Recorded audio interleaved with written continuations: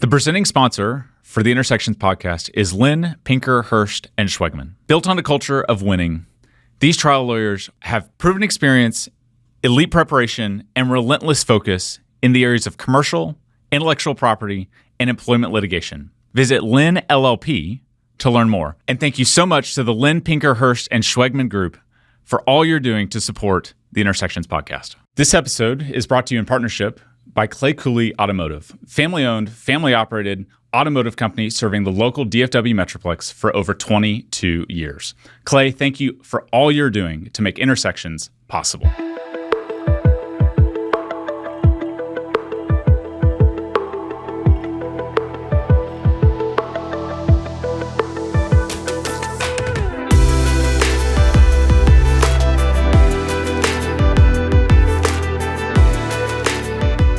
Kyle, sequels are usually disappointing, but this was the first time that we had a repeat guest, and I'll tell you, it met all my expectations and more. Yeah, we had a fun time with Rob Kaplan, so Vice Chairman of Goldman Sachs.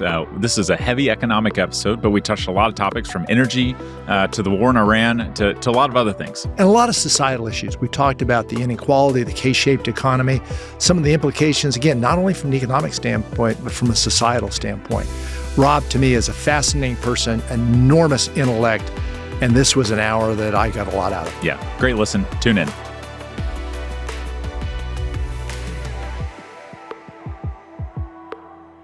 Welcome to Intersections. We take a multi-generational look at the critical issues facing America. Tom, introduce our guest. This is a first. This is a repeat. So back by popular demand, Rob Kaplan joined us. Rob is the vice chairman of a small firm called Goldman Sachs that you might see in the paper every once in a while, former president of the Dallas Fed, and was a professor at Harvard Business School.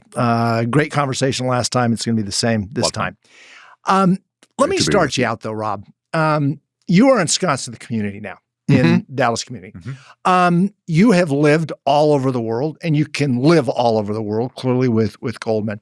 But since you came here as president of the Federal Reserve Dallas, you've made this home, and not only made it home, you've got two sons in school here. You're involved in any number of local community efforts. Why did you select Dallas as your home? I thought it was a great place for my kids to grow up, for my boys. I love the school, but I love the schools in the neighborhood. But the other thing I like about Dallas and Texas generally is there's a feeling of we, not us versus them. So what's an example? You were former mayor. We all know the mayors. We know the governor. We know the mayors in different cities of Houston, San Antonio, Austin. And there's a partnership between the government, business, nonprofits, academia, because in the world we're in, many of the problems we're facing require collaboration. And so what I've noticed about Texas and Dallas specifically is there's that collaboration. So it's our problems. If there's a problem in the community, it's our problem. It's not their problem. And it's our job to step up as business people and try to help solve it. And I think that's a good model for the rest of the country. Not every city in the country is following that model, but it is a good model. The other thing about Texas is a very welcoming place. Many of us, a lot of my friends here are not from here. Many of the CEOs I know, came from somewhere else. And that's a classic Texas story, and that this place welcomes people from outside and makes them feel like they're part of the community very quickly. And I've talked about it before, but I think in part too, this place is dependent on people. We don't have a lot to fall back on from a geographic or topographical standpoint. There's not a reason for Dallas other than the people came and have built it up and created their own topographical, geographical, like DFW Airport and those sorts of things, which have really put us on the map. Right. So see, and you get that feel, I would say my first month here, you can, thank you for being here. We're glad you came here. Thank you for your service. We're glad you're part of the community. And people here shouldn't take that for granted. That's distinctive and has helped make Dallas specifically and Texas generally very successful, and explains why people feel comfortable moving here, moving their business here. So, we've gotten to the point. 40 years ago, we were the 12th largest market. Will be the third largest market in the next couple of years. I use the analogy, maybe not analogy is the right word, but Dallas has really become kind of the center of the U.S. economy. Again, you look at it from a global standpoint. Is that a fair measure? It is. It's got a number of fantastic features. It's centrally located.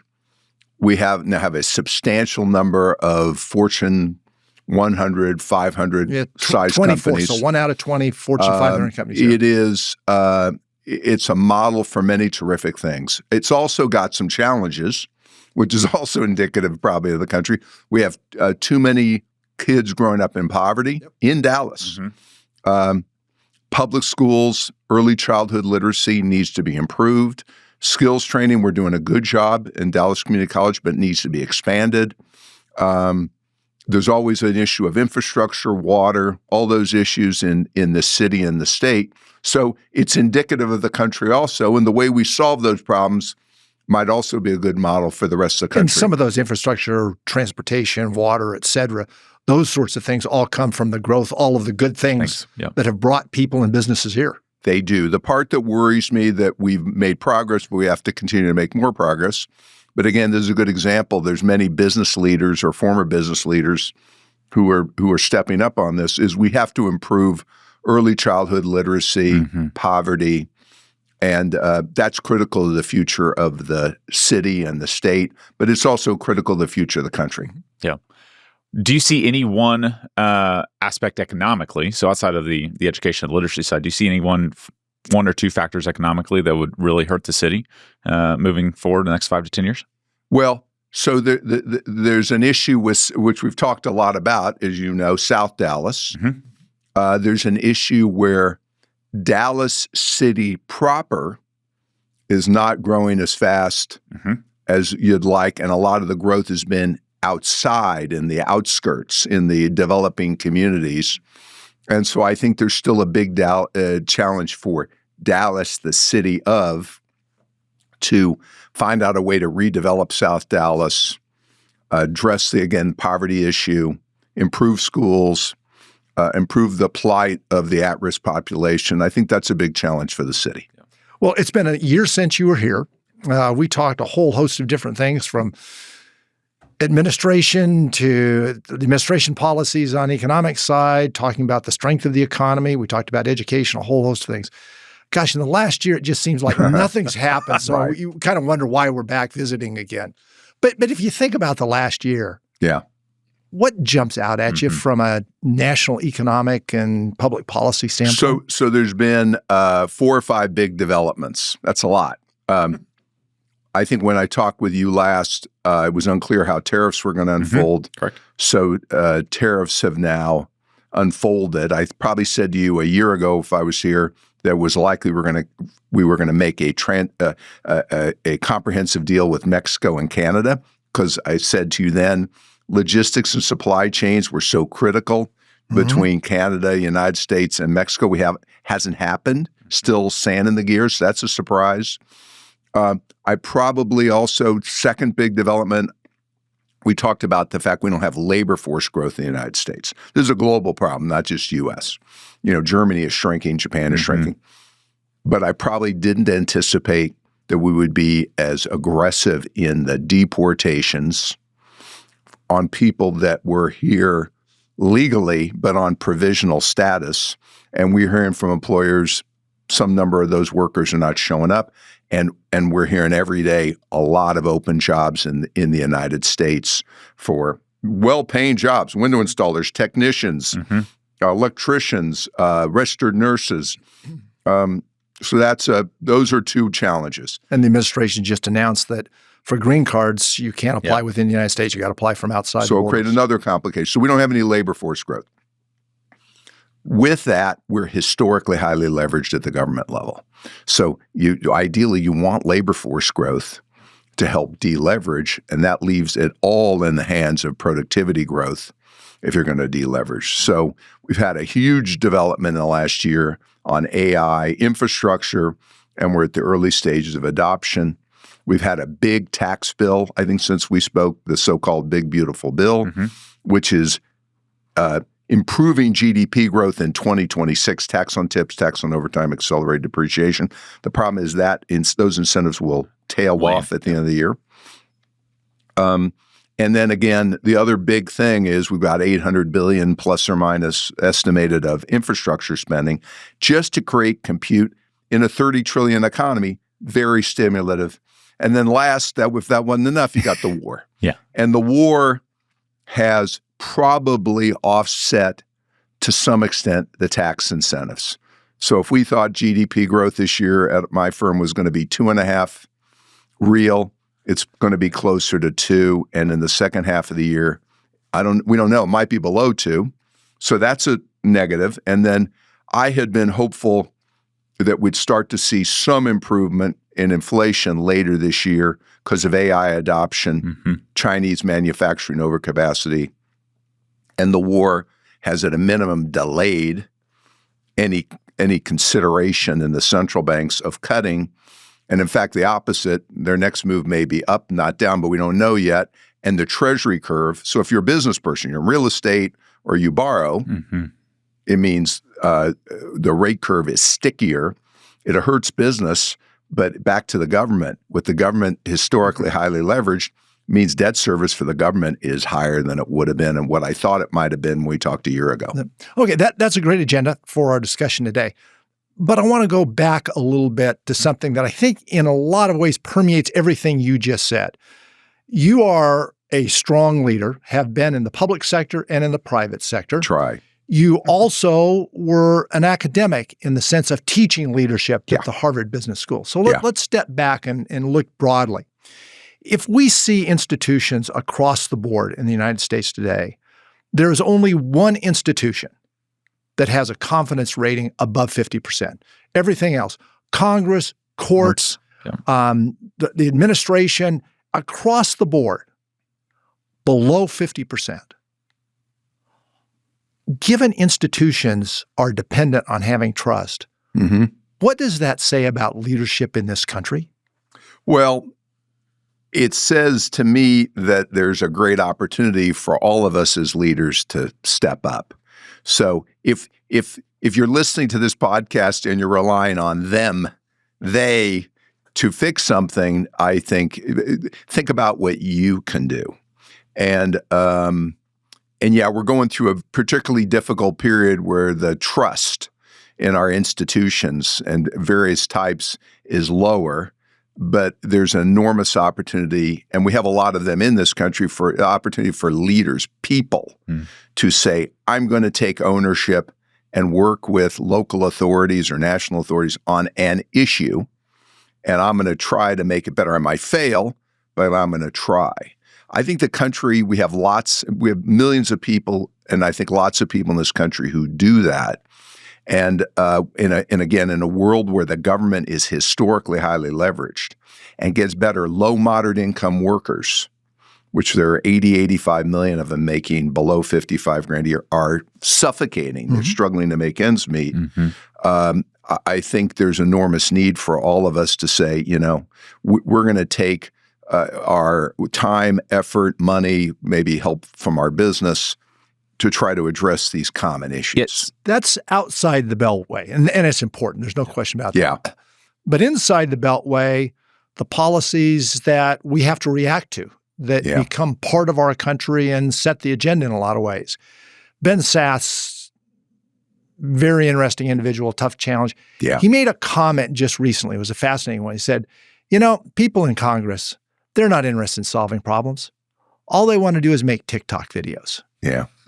Talk about leadership inside the Beltway, in Congress and then also in the administration. Are we getting the leadership that we need? Are they interested in solving problems? Can we even deal with the big problems, Rob? So this is why the one party may be unpopular, but the other party is less popular, is not any better. And I'm sure it's frustrating to people who are serving in the government, because I know a lot of them, and there's a lot of good people there. But we are it used to be, and it has been historically, that people around the world wanted to invest in the U.S. because it was most predictable, magnet for talent, great higher education system. They didn't expect the government to be perfect, but they had a good sense of being able to predict what decisions it would make, and they tended to be pro-democracy. They tended to be mitigator of tail risk, extreme events. They were trying to manage it, risk management. And we're in a period right now where we've become very unpredictable. And also we're more polarized politically. This has been going on for decades now, not just years, and redistricting probably eccentric. You want to get the nomination on either side, you have to be more extreme. But governing is about, as you know well, is about coming together and making compromise in the middle. And I'd say we're struggling with that. Now, doesn't mean the problems in the country can't get solved, but there's some only the government can do. Foreign policy, military, safety net. I think there's more that businesses and individuals can do, but it's sure, and there's some that can be done by the state and local government. But what we're seeing right now is we're spent the last couple of years reacting to a number of developments. The world is reacting, and I think leaders in the government on both sides, they all probably struggling with that. So tactically, if you're a small business leader or even a mid-sized business leader, politics is local. What are the few things that you can go get involved in your neighborhood, your community, your county, et cetera, that can push this conversation forward instead of just looking back, holding up your hand? So I'm a big fan. The way you run your business has a positive. Employing people is a fantastic public good.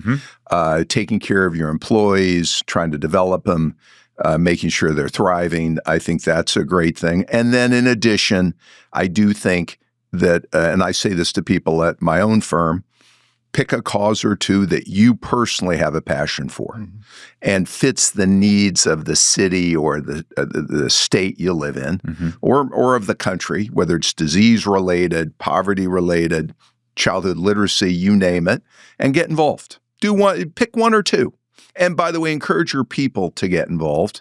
And I think that's a good model. And I think I've also found the better the business and the more you attract great talent. Great talent wants meaning matters. I taught at Harvard Business School for 10 years. I find that this generation cares more about, they want to do well, but they care about meaning. And they want to think like owners, not just of the business, but of the community. And so I think I think that's a good approach for business leaders. You alluded to your firm, Goldman Sachs. Let's talk for just a second. What's happening with Goldman Sachs relative to Dallas? You're bringing in up to 10,000 jobs over the course of the next several years? It won't be that many. We'll probably get to, I think we're saying publicly 5,500 or so. And we're close to being there already. We're going to have a new building, and we're going to need the new building because we're a little bit sprawled over different parts of downtown. So let's step back. Goldman Sachs is a global firm. And we have really built out our global footprint. When I grew up in the firm, long time ago, 40 plus years ago, we were primarily a United States firm with a headquarters in New York, and the bulk of our people were in New York. Now we have, let's say, 45,000 people globally. 9,000 of them, let's say, plus or minus, are in New York. I just mentioned to you 5,500, let's say, we're already close to having and will have in Dallas. And so we're much more geographically sprawled in Europe, in Asia, throughout the United States, although Dallas will be the second largest location. But our job and the job of most of the people living in Dallas, to some extent, is to serve people in the Southwest and Texas. But a lot of what we're doing, and I'm working on myself, is I'm just as likely to be in LA, San Francisco, Europe, Asia. I was just in Mexico last week. We serve our clients globally, but we've spread out our hubs. And so we've done that here for lots of reasons. I'll mention welcoming business community, We think it's a vibrant state. It's going to grow more, central location, pro-business context, and but we use it as a base to serve our clients globally. Mm-hmm. Same way we do New York. Some of those things, though, that you talked about as benefits of Dallas, most people wouldn't say about New York. Business friendly, good cost of living, good cost of doing business, et cetera, those sorts of things. Yeah. Over time, do you see more of a move out of New York to a Dallas or other places in the world? So, and I can say this because I lived in New York, I forget already, for 20 plus years. I lived in Boston too. I grew up in Kansas City, so I know different. I'd say there's a lot of great attributes and always will be about New York City. It's a melting pot. It's a magnet. It has been a magnet for talent from around the world. I think I could give it. The new mayor. I'll put it this way. My advice would be, and I think he'll increasingly do this, is again create the partnership. New York City runs a big budget deficit, but it's got a lot of issues. We have a lot of issues here. I would say a lot of those issues can be helped by big foundations headquartered in New York, big businesses that have big presences in New York, business leaders who want to help, and their people want to help. And I think to the extent that New York City and its leadership involves them and makes this, again, a we, not a vilifying one party or another, I think they'll do better. But that's not the road that we're going down in New York right now. I think of the video talking about a new second home wealth tax was in front of one of the individuals ideally you would love to keep in New York, who's making big investments, et cetera, and alienated that individual. With the new wealth taxes, with the increase of taxes that he has hoped to have on property, et cetera, those sorts of things, and the real move away from business, really condemning business in a lot of different ways. So I would say I'm in New York all the time. I have an apartment in New York, by the way, and I'm going to probably pay the wealth tax. I actually think there's still a very capitalist. People, when I first moved down here, people used to say to me, why isn't New York, people there more pro-capitalist? And I said, my Lord, you have no idea. You want to see capitalism? Go to New York City. Trust me, capitalism is alive and well in New York City. It's not turning against it. This is a hotbed of business development, capitalism. I would actually, I'll gladly, if I pay a tax on my home there, I'm glad to do it. The part that I'd be cautious about, and you mentioned it, is you want to do it in a constructive way, not in a way that vilifies or targets and alienates the business community, because you need that partnership. The problems of workers and the future of workers depends on a vibrant business community. And so I'm more optimistic about New York and New York City. I might have some suggestions for some things they might do a little bit differently, but I think my guess is 25, 50 years from now, New York City will still be a hotbed of business capitalism. But other hubs throughout the United States are competing with them, and I think that's a healthy thing too. While we're on that topic, though, let's go beyond New York. We touched on some of the new taxes that are coming in, the wealth taxes. Washington's coming in with a new one. You're seeing it. State of Washington. Other places on the East Coast. Your thoughts, and I guess part of it's driven by, and we'll talk about the federal deficit, which you touched on a moment ago, but now we're seeing enormous deficits at the state level. Yes. And City a desire level too. On a lot of programs from the left to increase the spending at the state level. So to pay for that, they're going to a lot of different types of taxes. Does this bifurcate the country even more towards kind of a pro-business, anti-business? Yeah, and I would say, and I'm probably in a good position to comment on it, having spent a lot of time in New York City and lived there. It's probably not so black and white that one is pro and one is con. It's they're dealing with problems in different ways. And I would say the following.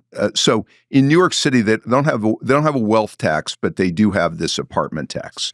In the state of Washington, as you said, they're actively considering a wealth tax. Massachusetts, it's on the line, several other places. And so what I think you're seeing, and Texas is very fortunate. One of the things we have going for us, we have migration of people and firms of the state. Mm-hmm. The other thing we have enormous oil and gas industry, mm-hmm. which generates tax revenue mm-hmm. that has allowed the state to build a very sizable, multi-billion-dollar rainy day fund. And so I don't take that for granted. But I think what you're seeing is there is an increasing gap between income inequality, increase in income inequality, wealth inequality, where wealthy people who have financial assets are active consumers. This recent inflation in the last 4 or 5 years mm-hmm. has been a challenge, but not as much because they have financial assets that have appreciated. Yep. Got to remember, half the workforce in this country, a meaningful percentage of people, do not have any financial assets. They live paycheck to paycheck. Exactly. Mm-hmm. And this inflation in the last 4 or 5 years has made it harder for them to make ends meet. And I do think what you're seeing around the country is different jurisdictions finding different ways to try to deal with deficits, the fact that they're losing population. Texas is growing. Florida is growing. But there's not a long list of states that are getting population. We don't have any workforce growth in the United States. And so that's putting strain on 40-plus states. And they're trying to deal with it in different ways. The challenge will be, how do you deal with it in a way that doesn't push more people away and continues to attract people? Yeah. But I'm sympathetic to the challenges these different states and cities are facing. I might deal with them in a different way, but I think it's indicative of an underlying problem that isn't going away, and I'm sympathetic to. Between taxes, the unpredictable nature of markets, legislation changes, and so many other variables, your financial plan may feel like it is often under attack. That's why your financial planning team should operate like a battleship where everyone is working hard to accomplish the ship's mission. Too many wealth management teams operate like a cruise ship, catering to the masses, chasing fads, and not truly setting their sights on the long-term destination. If you want confidence that your current financial plan is a battleship that is going to get you long-term results, reach out to Caleb Williams and his team at Roundtable Associates. They offer wealth management solutions and fiduciary advice with a clear and straightforward fee structure. Roundtable Associates, plan purposely, live abundantly. Thank you, Caleb Williams and team, for everything you're doing to support the Intersections podcast. You mentioned the growth that we've had. 70% in round numbers mm-hmm. of all of the population growth has moved to Texas over the last 6 years. So we've been great. We're getting more than our fair share. We've gotten that. And in some part, the reason we've gotten companies and people moving here is because of those policies on the two coasts. Do these additional taxes, additional approaches, do they push it even more with people leaving those areas and coming to areas like the Texases, like the Floridas? So let's state it more constructively. I think if we had some workforce growth in the United States through controlled, tough immigration, where we maybe got back to 1.5 million workers a year, I think that would help. That would help the country generally. Right now, the water level, when you've got basically very little workforce growth, it intensifies the competition. One of the things that's appealed to people and caused them to move to Texas, we just say, we don't have a state income tax. Mm-hmm. Many states don't have that. They just couldn't do that. Mm-hmm. We have a higher property tax, and we have this rainy day fund that's fueled heavily by oil and gas revenue. A lot of states just don't have that option. So yeah, is it creating more tension where people in either East Coast, West Coast, other states are taking a harder look at Florida, Texas, Florida also doesn't have a state income tax. Yeah, I would guess these issues are creating more strain, and so I used to call it the war between the states. I would guess the war between the states is intensifying, but I think for the whole country, GDP growth, you've heard me say this many times, is growth in the workforce, growth in productivity. And the third way, which we've exhausted, is you could leverage up. But we've run out of gas on that one. And so if you don't have workforce growth, everything has to come from productivity growth. We need more workforce growth. Okay, so let's talk about it. How would you do it? What would be the tactics that you'd utilize to get the workforce to grow? So we did a lot of work on this at the Dallas Fed, and there's an economist there, P. Arrhenius, who I think you've met before, who specializes in this. And we've often looked to Canada. And when we've gone up to Washington, D.C., we've talked to elected officials on both sides of the aisle. The Canadian model is more skill-based, more employer-based. What does that mean? They sort of backward integrate into what are the skills we're short of? What are the skills we need? What are the type of workers we need? And that are not going to get filled by our own citizens. They're not. These jobs are going to, and let's figure out if we can curate immigration to try to fill those needs. So there's a model, and there's variations of that model. We could do this, but we're not doing it right now. Right now, we're basically more focused on scrubbing the workforce. Yeah, well, it's almost 180 degrees. And here's what we the Dallas Fed has found. But it's become my own views. For every job that goes unfilled, and these are attractive jobs, by the way. I mean, they pay over $100,000 a year. Some pay over $200,000 a year. It's hard. We cannot fill them. For every one of those jobs that goes unfilled, there's another quarter or half a job that would have been created that's not created. Right. So it is a headwind for growth. I think you could pursue it in different, but not if you're historically highly leveraged. Debt to GDP right before COVID was in the United States was in the mid 70s. It's now over 100%. I don't need to tell you, interest expense is now larger than the defense budget. And so we're going to have to find ways to bend the curve on this debt. And workforce growth is probably going to have to be a discussion we're going to have in the years ahead. But it's also a leadership. You talked about this. We're over 100% now. The total debt's over $30 trillion. We're adding trillions each year. The really scary thing is we're spending more on interest now than we are on defense. Right. Any type of movement on interest rates start pushing that higher and it's higher. Been a bipartisan effort. The problem is, that's why I'm leaning. It is a bipartisan of silence. I'm afraid so. There is absolutely no discussion today at all on that. So it begs a two-part question. Yeah. One is, at what point do we have some conversation? And two is, what should the conversation be around? In other words, what would Rob Kaplan like to see to try to address? So let's take two approaches. One approach, which is you get and I'll talk about what they might do. You go back to a Simpson-Bowles type bipartisan commission. I don't see any prospect that this is happening, but there are a lot of people advocating for it. Margaret Spellings at the BPC, Bipartisan Policy Center, she's been advocating for it. She was on a little bit ago and we talked about that. That's right. And so, and basically you get Democrats, Republicans, people, business people, whoever you want, both sides of the aisle, and you agree up front, we're going to vote up or down, and we're going to hold hands and take these unpalatable steps. That's one option.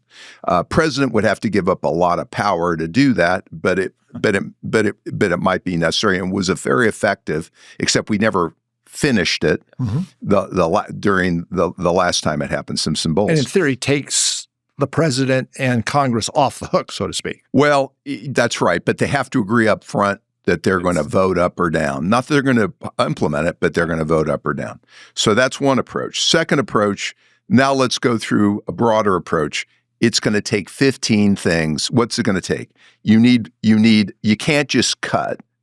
You also need GDP growth. So nominal GDP growth. There's real and then there's nominal GDP growth generates tax revenues. So you got to do things that push both. So what that would include immigration. Controlled immigration would help growth.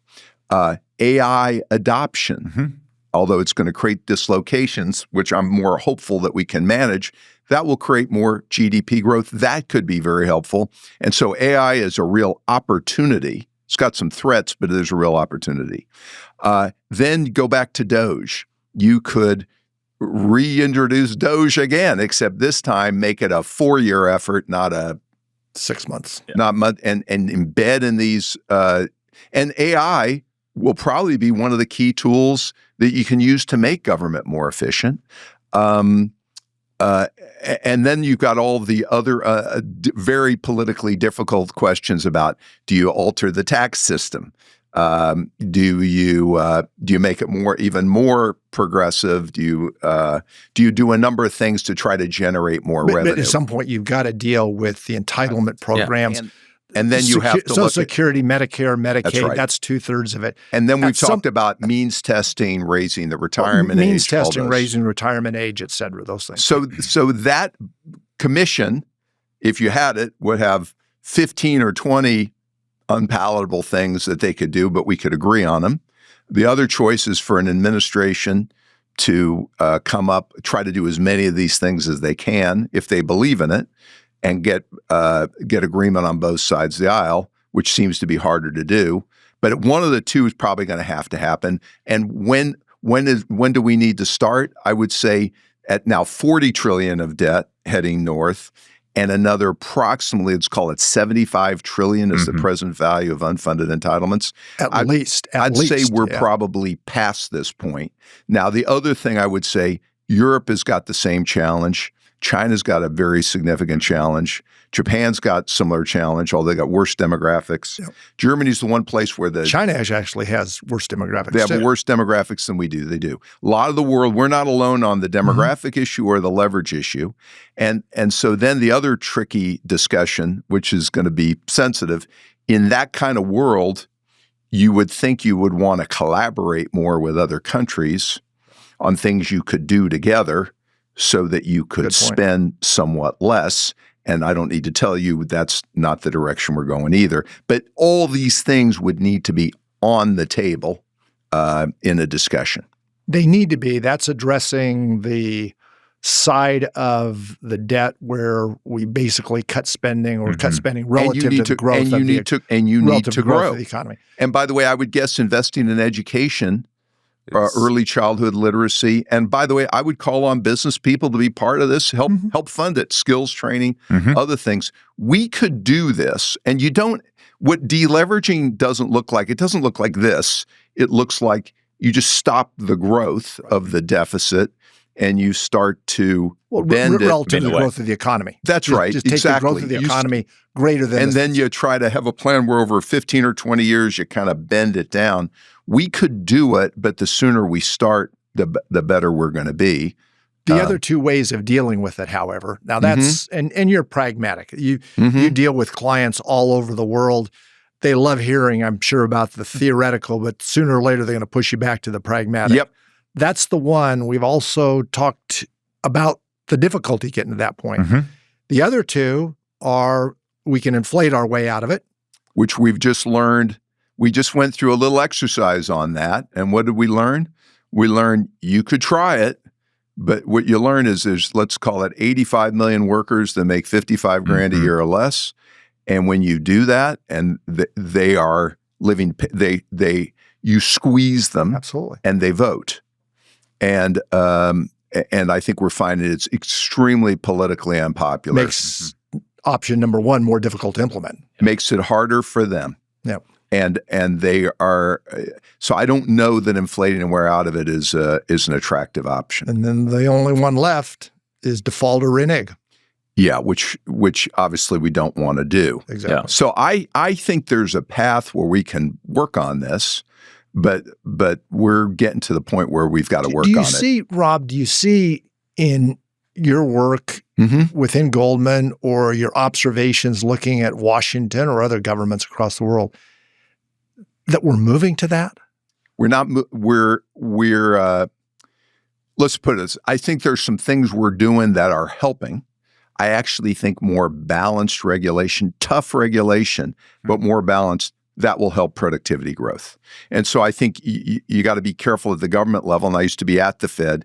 You can get so tilted on regulation that you make yourself feel better that you're tougher, but tougher if it undermines growth. You're better off being more balanced. I think they're actually making that change.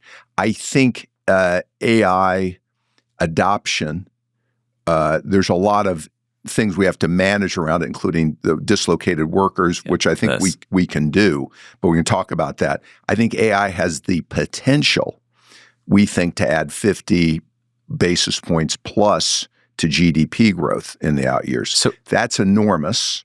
And also it should be disinflationary in the out years. It just isn't yet because we've got all these other things going on, including the oil price shock. So how do we handle the implementation of AI, but also understand that there's a part of the workforce here that maybe is disenfranchised by it? So let's go through the ledger, because I think this is going to be a multi-year, complicated discussion, and people tend to go to one side or the other. I think it's going to be more, you're going to have many tasks that are going to be automated.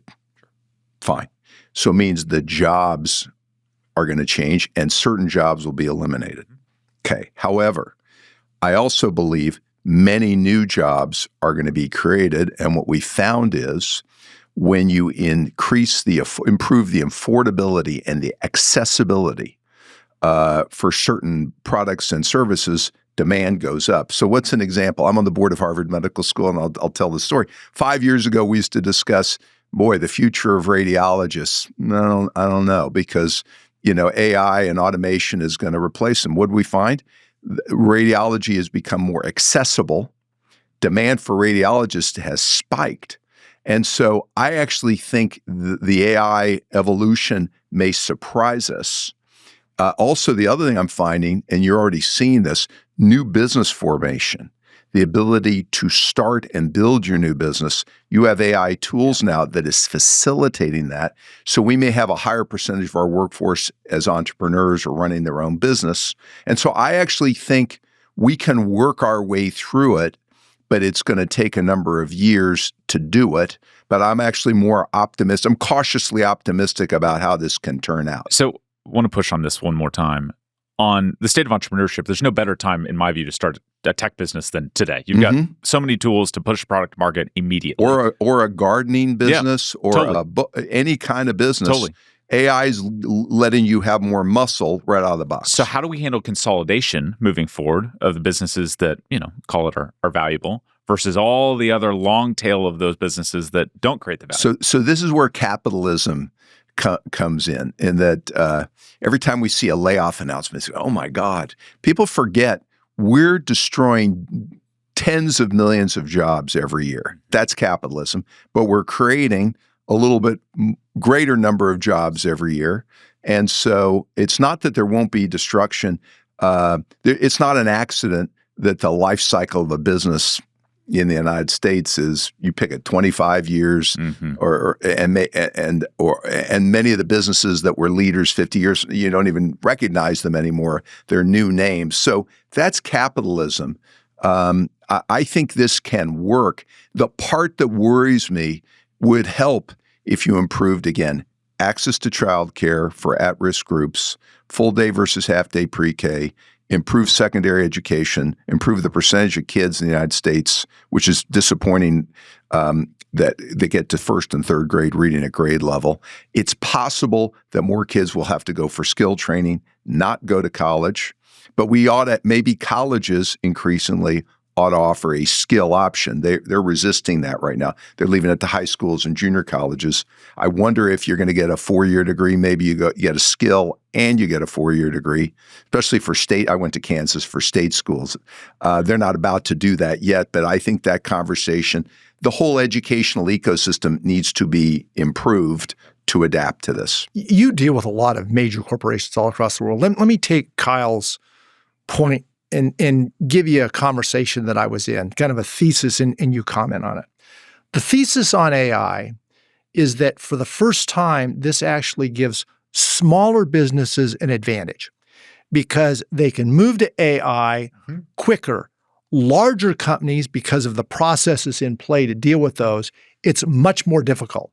Yeah. So for the first time, you have a flip where smaller businesses actually now have a competitive advantage, or at least the first time in a long, long time. Yeah. That make any sense? Yeah, it makes sense. So there's two ends of this barbell.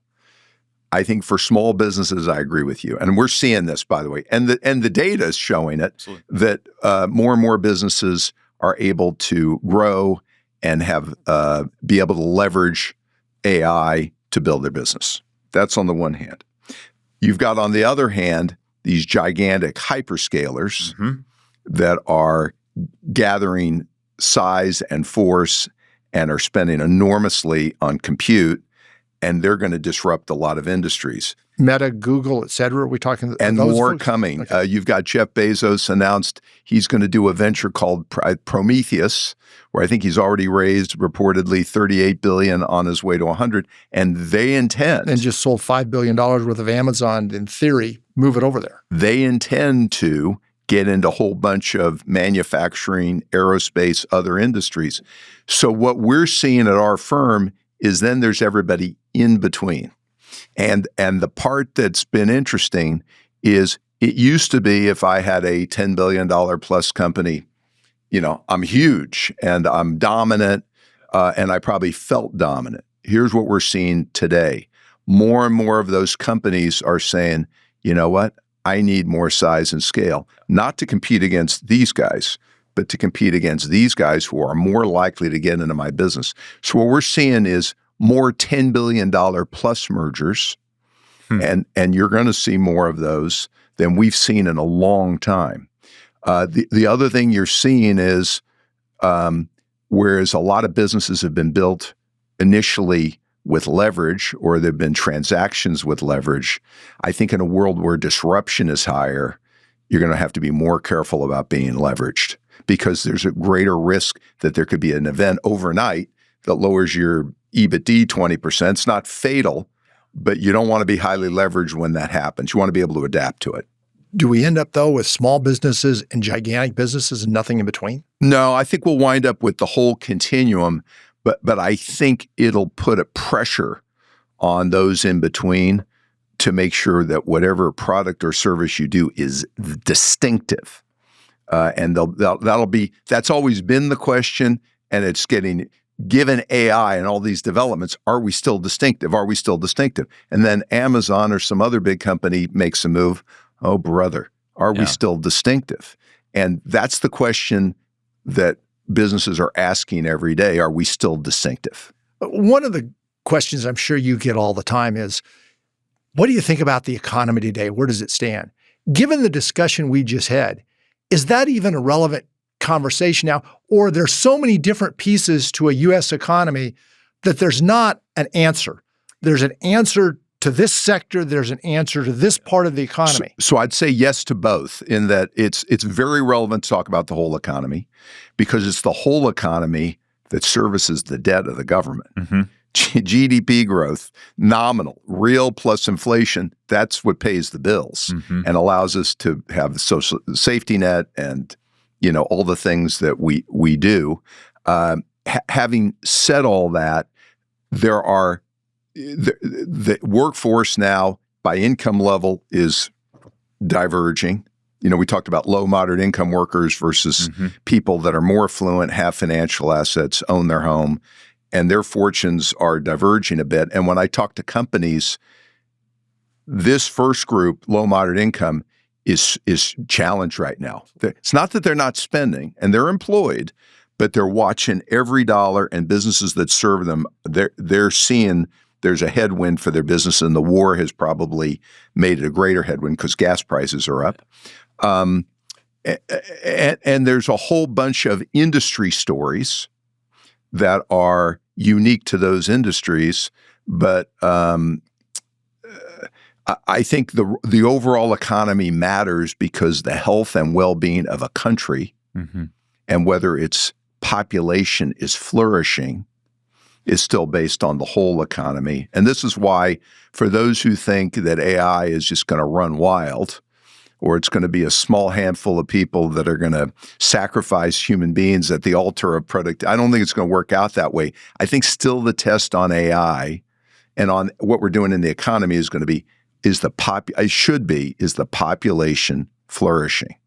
And if they're not, yes, you're going to see more regulation, you're going to see more guardrails, you're going to see other actions taken so that the whole country and the population is benefiting. That's the challenge. Are we flourishing? I think you're seeing some divergence right now. Again, and the group I'm most worried about is low, moderate income. Many of them who live in at-risk areas. Most of maybe don't have advanced degrees. They're living paycheck to paycheck, and I think that group would tell you, they have an upbeat attitude, but they're telling you that life is challenging. Well, and we can talk about it from an economic, but I also want you to go out from a societal standpoint. So put to numbers and what you're talking. Since the pandemic, the top echelon, the top 1%, their spending has increased 62%. Yeah. If you look at middle income, that's about 3% per annum, or the group that you were talking about, lower strata of the economy, that's 0.9%. That hasn't even touched inflation. Right. So they found themselves going back down. That's right. So when we talk about this K-shaped it's for real economy, what does it mean longer term for the nation? So I would guess, and you're going to see it, I would guess in the years ahead in elections, in responses of government officials to this, and certainly mayors and governors, they're responsible for the whole population. And one of the reasons why this group, affluent group, has done much better is they own financial assets. And there's been just enormous appreciation in financial assets, stocks and everything else. And that's helped buffer or more than offset this inflation issue. And that's why back to inflation. This is why back to the Fed is going to need, in my opinion, if I were there, and when I talk to people there, I don't think they should give up on the 2% inflation target, even though we see, we're challenged by it right now. Because inflation is a killer for the lower income. I think you're going to listen. If headline inflation is 2.75 to 3, the share of wallet inflation, is for them might be 6, 7, or 8%. Yeah. That isn't going to work, and so I think we've got to continue on getting inflation down to 2%, and the Fed is going to need to prove, and I know Kevin Warsh is going to need to be clear that he's taking that. I would think he needs to be very clear that he's taking that very seriously.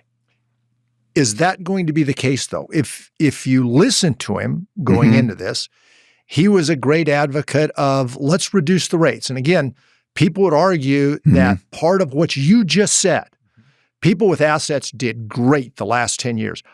But people would argue the reason for that was a Fed policy of basically a zero rate environment, which if you've got assets, that's a terrific environment. If you don't have assets, flat wage growth for 40 years. So he was in an unusual situation where when he could speak, it was pre-war, okay, by and large. He testified, yes, and then he was more neutral. And so let's put it this way. If I were so presumptuous as to be giving him advice, he's going to need to demonstrate to the public and to the people around the FOMC table and not worry about any other constituencies. He's going to have to demonstrate that he takes getting to 2%. He can't worry about any elected official or outside official, elected or appointed. He's going to have to show that he is hell-bent and serious in an appropriate way to get this inflation down, in my opinion, down to 2%. And it doesn't obviously not going to be possible to do it immediately. I also think, listen, if I were in my old seat in the June meeting, I would do nothing, okay, other than I'd clean up the statement to show that there's a chance we may have to raise. It's not, the next move is not necessarily going to be down, fine. And then I would probably hope and watch if we are able to get the Strait of Hormuz open, get oil prices starting to drift lower again, which we're not there yet, and we've got a multi-month healing process. I'd be inclined to be very patient here. I know a lot of people think the Fed's about to is going to raise rate. I would be reluctant if I were in my old seat to do it. I'd want to let this unfold. I'm not moving for sure. I'm not moving to talk at all about cutting rates, but I'm also not there's a high bar for me to talk about raising, and I'm going to take it one meeting at a time and see how things develop. But I want to give it a chance to develop. And right now we're in this fog where we don't even know. First order business is we have to see when the strait's going to get open, and then it'll help see through the fog, but that hasn't happened yet. And so we're in the height of the fog right now. Granted, the straits is an issue that's sitting out there, but the jobs report was much stronger than people anticipated.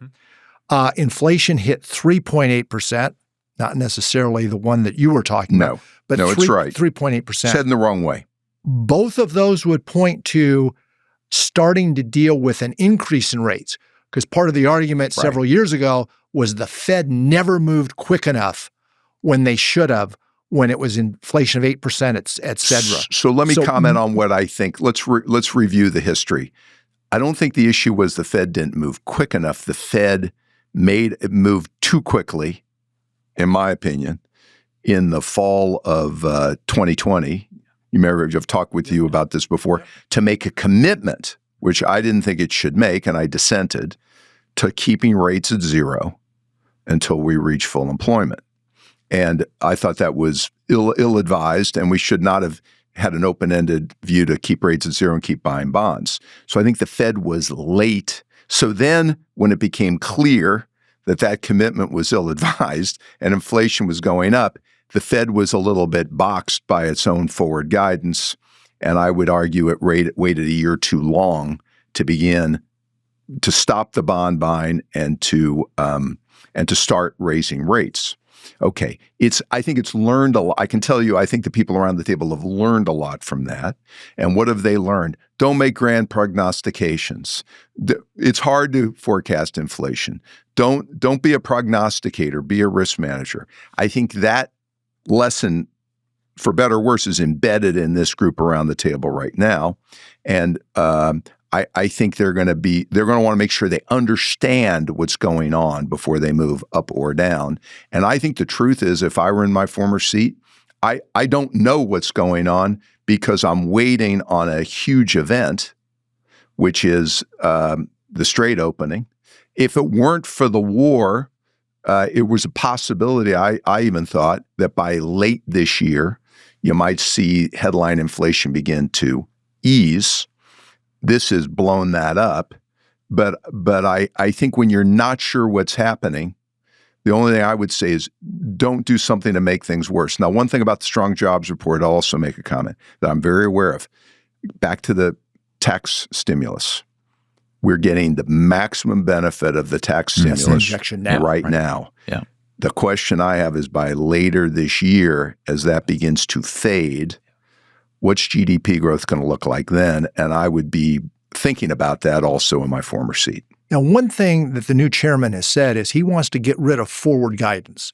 Yeah. This idea of kind of, here's the direction we're looking at. Yeah. Good move, bad move. Yeah. So I think the Fed, on the one hand, what I just described in the fall of 2020, that was forward guidance on steroids, making a current commitment to future action. I wouldn't have done it. And I think the lesson the Fed, I hope, has learned from that is that type of current commitment to future action. Don't do that again. Be more nimble. So then that's the extreme of forward guidance. Then there's the dot plot and Fed speeches where people give their forecast over the next year or two, what they think is going to happen. I think Kevin Warsh's view is we might want to reduce that also, because whether you realize it or not, it may have the effect of boxing you rhetorically, and that you said this and now you're doing the opposite. And so, because he's a great advocate, the Fed didn't move when they should have in past times. I agree with him. And I think forward guidance was the reason they didn't. They'd made a firm commitment and just couldn't back out of it. And they shouldn't have ever made the commitment. And if they did make the commitment, they should have backed out of it because the world changed. Don't make that mistake again. So I'm sympathetic to what he's saying. The question is, how far does it go? Does it mean no dot plot? Do you still have a press conference after every meeting? Do you allow Fed presidents and other officials to give speeches still? And I think that part, I'm not sure exactly where he's going to want to draw the line, but that's what he's going to have to figure out. Now, the rates are one piece of it. The other side of it is the balance sheet. Yeah. The balance sheet at the Fed has ballooned, I'll use that word, to $6.7 trillion with a T. Mm-hmm. He has been very critical of that. Yeah. And even to the point of saying that needs to be unwound. Yeah. Well, unwinding that has a different implication than you're talking about. So let's talk about two other roles of the Fed. One is bank regulation, which is inextricably linked with the balance sheet, and then there's a balance sheet.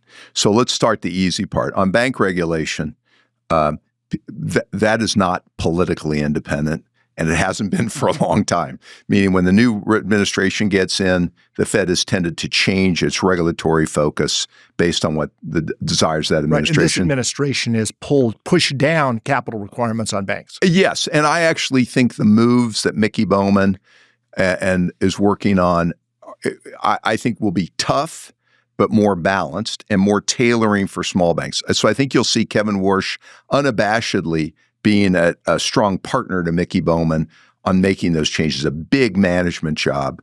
And they've got still a fair amount of way to go, particularly in the tailoring to small banks. So I think that's constructive. One of the things that they'll do in changing the supplementary leverage ratio and other ratios, it will allow the banks to hold fewer reserves. And what do I mean by that? Right now, they have to hold reserves versus treasuries. I think they are making changes that will allow the banks to hold treasuries, get credit for the fact they can borrow against the treasuries, and hold fewer reserves.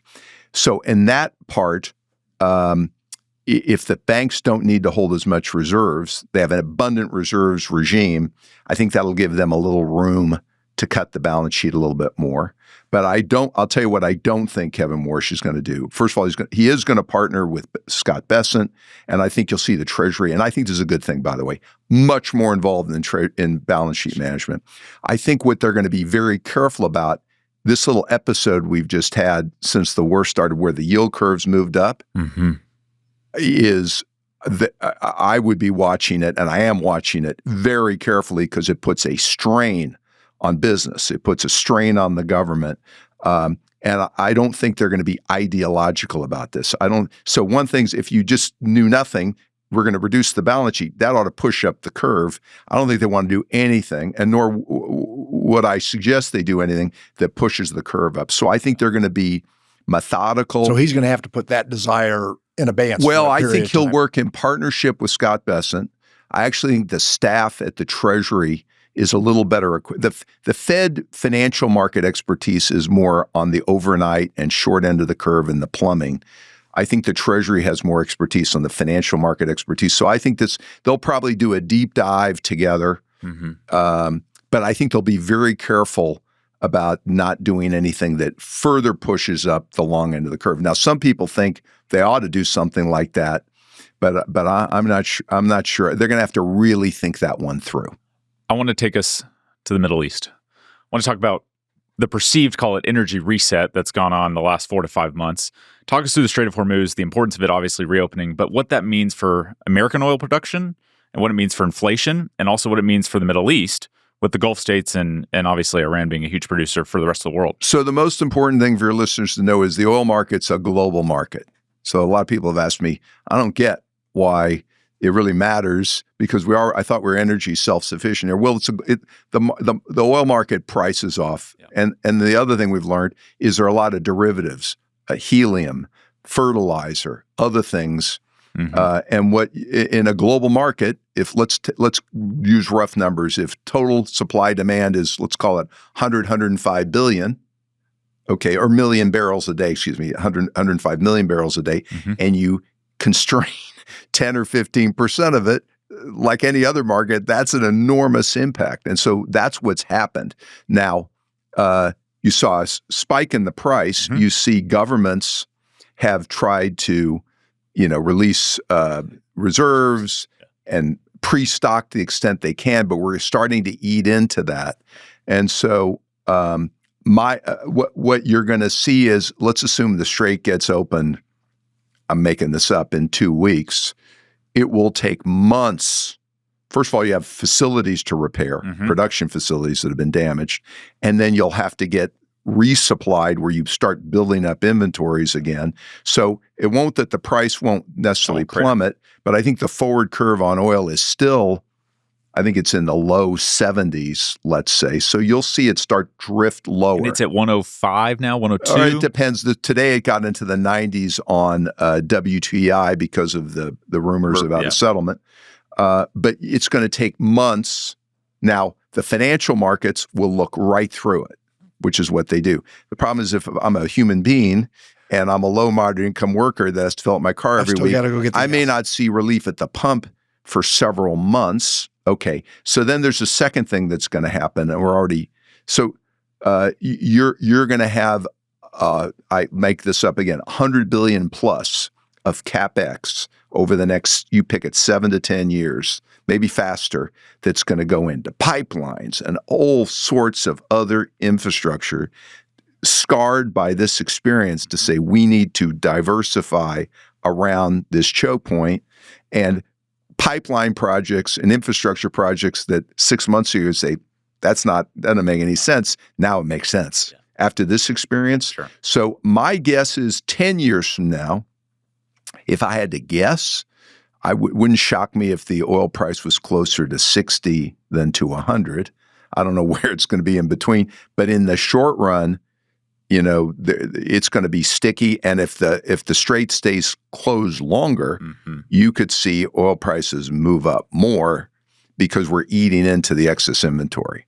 Okay, so one other thing you said there was that the markets are going to look right through it. So for the everyday listener of this podcast. And by the way, drillers are already looking through it, which is why rig count has not picked up as much as you might have thought. Sure. Explain to us why there's all these bad things, quote unquote, bad things going on in the world. And then all of a sudden the markets are, at 50,000, the NASDAQ's here and it's there and all things. That's a great question. Record level. Yeah, all record levels. So oil's up, rates are up. Right. The textbook should say, so there's one other thing. And we're at war. And we're at war. There's one other thing going on, which I have not seen in a long time, which is you have a structural AI productivity boom. All right. And how's it manifesting itself? The revisions since the war started, what have S&P revisions done? North, not south. Now it's more concentrated in a smaller number of names. I would guess, and I don't know how long this is going to go on, for the next 3 to 5 years, you're going to see healthy double-digit earnings growth in the S&P, okay? Even if GDP growth is middling, okay? But we're already seeing it. There is a surge in earnings estimates to the point where, depending on how you do the numbers, and I wouldn't take this too literally, the PE of the stock market with the revisions actually is probably not higher, maybe a little lower than it was before this started, which is kind of hard to comprehend, but the earnings revisions have been that strong. And so we're in a secular move up for earnings. That's great if you have financial assets. The issue, again, back to where we started, is if you're a low moderate income worker and you're reading about this in the newspaper and you're watching this, you're saying, well, that's great for them, but I'm suffocating. And so the rich have gotten richer and I'm suffocating. And so this is going to be, and we've got a midterm election coming up. This is going to be. So when does it break? Does it break? You may see it manifest. It's not going to. What you're going to see is low moderate income workers are going to voice their views. Now, between now and the midterm election, you have a chance, which is why they're speeding to get this straight open. Is you want to get this burden on them lower. And so people are saying, gee, the administration may not be taking seriously affordability. I think they're taking it very seriously, which is why they're speeding to try to get this straight open. And they're very aware of it because this is a sizable group and they do vote. Does it worry you, though, that we initiated a war to prevent a very difficult regime to have nuclear weapons and pose a threat in the future, not only to ourselves, but the rest of the world, and the fact that we might make a deal to open the straits, but never deal with that long-term issue and end up in the same situation we are with North Korea today, but in a much more dangerous part of the world? So I was going to say, I'm going to stay away from the politics of this. And you may say, but that wasn't a political question. Well, it's impossible. So I'm going to give this in an apolitical way, which is appropriate for me in the seat I sit in. I'm hopeful. I don't believe everything I read in the newspaper and all the narratives, but I'm hopeful. I think this administration is mindful of everything you just said. And is there going to be enormous criticism from? Of course, but I would guess they are very focused on getting the strait open, at putting this regime in a constrained situation where we're continuing to closely monitor it. And I would guess before this is over, but this could take a year and a half or 2 years before you know the answer. The nuclear discussion, I do know from talking to people in the government, is enormously technical. It's not the kind of thing you do over 3 to 5 days. It's the kind of thing you do over 2 years with very technical people. Would I guess they're going to try to act in a way that constrains the ability of Iran to enrich and have and more importantly, have a nuclear? I'm pretty confident they will. However, you'll know the answer to that a year and a half, 2 years from now, because it's going to take that long to work this out. It's said history doesn't repeat itself, but it does rhyme.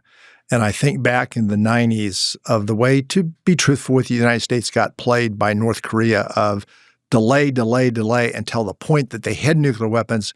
And then there was never a discussion after that point. You couldn't have a discussion after that point.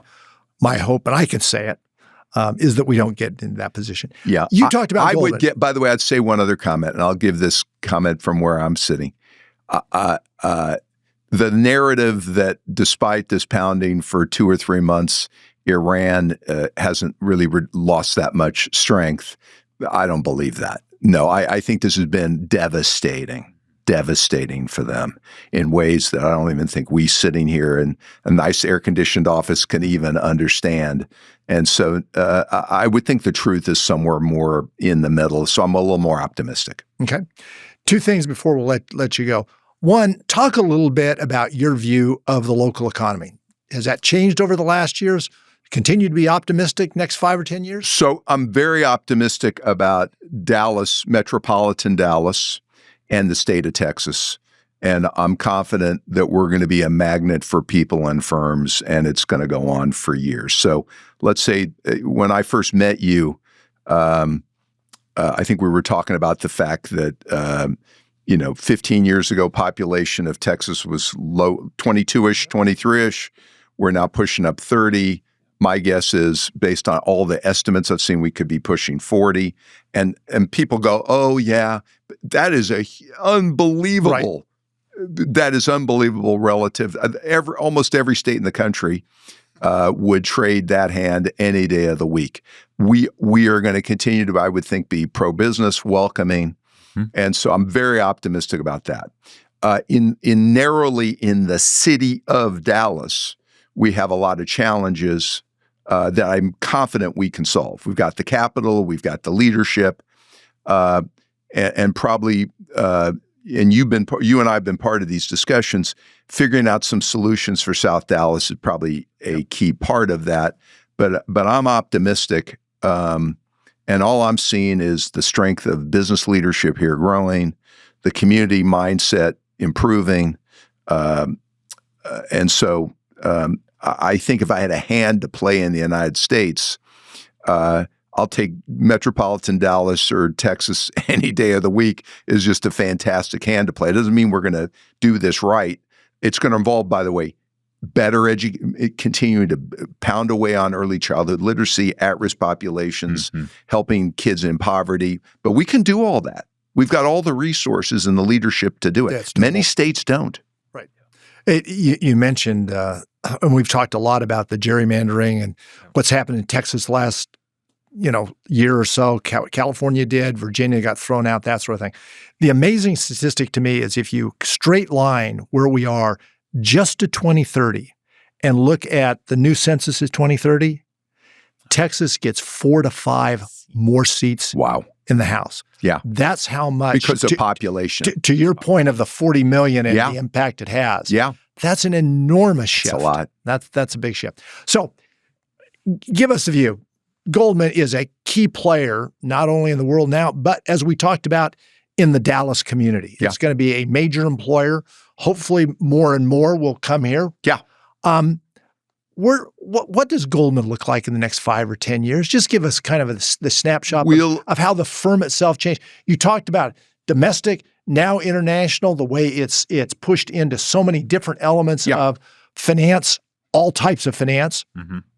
We'll be a global firm, continue to build a global footprint in Asia, Europe, Latin America, United States for sure. That's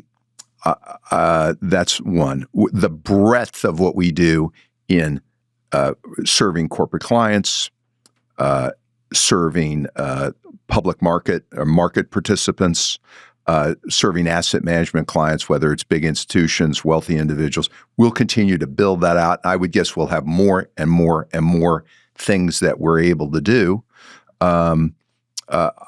My guess is we'll do it more efficiently because of technology, but we'll still have a very robust population. We'll have waves of new classes. And 20 years from now, I'm not going to be part of running the firm, but there'll be people that we're hiring in the next few years that will be part of it. And the most other important thing, we want to be a leading citizen in the communities that we serve. We want to take ownership of externalities, and that includes in the city of Dallas, in the state of Texas. And I think part of as a business person in the next 20 years, your license to practice is going to be, are you having a positive impact on clients, on communities, and a positive force in the world? And I think we're very mindful of that. And I'm optimistic we will find new and better ways to continue to do that. Well, great comments to close. This community is fortunate to have Goldman make such a large commitment. I hope we blow by that 5,500. But Rob, we're running out of space. We can always build more. Yeah. But I'd say even more than that, Rob, and I've had a chance to interact and work with you over the course of nearly a decade now, not quite, but nearly a decade. This community is so much better for you for the fact that you've made it home and you've made contributions. The combination of those two. And for you too, for both of you also. That makes a big difference for this community. Rob, thanks for being with us.